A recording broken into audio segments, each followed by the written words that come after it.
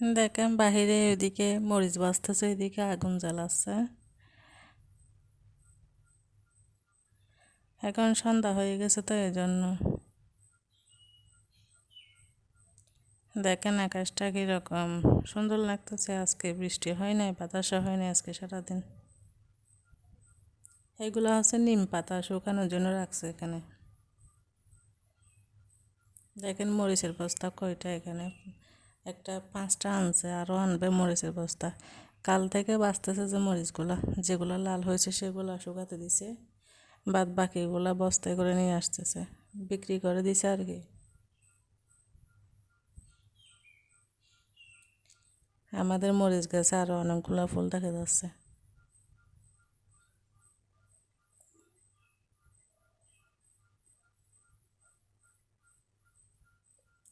এখন রান্না করে যাই, রান্না করব।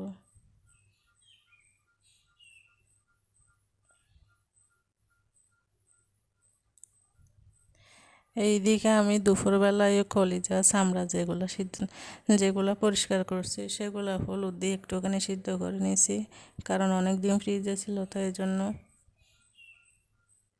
এটার মধ্যে কিছু নেই, এটার মধ্যে আমি মরিচ বাছছিলাম, শুকনো মরিচ। এখানে কতগুলো শাক আছে, শাক ধুয়ে রাখছে।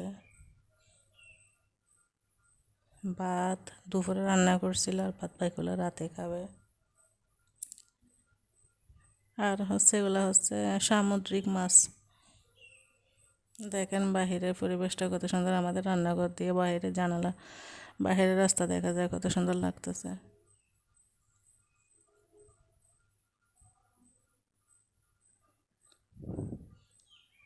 এইদিকে বেশি ক্ষেত হয়, শাক সবজি এরকম বেশি চাষ হয় এই জন্য। এরপর আমি আর কাঁচামরিচ দিয়ে আলু ভর্তা করছি, আর কিছু করি নাই।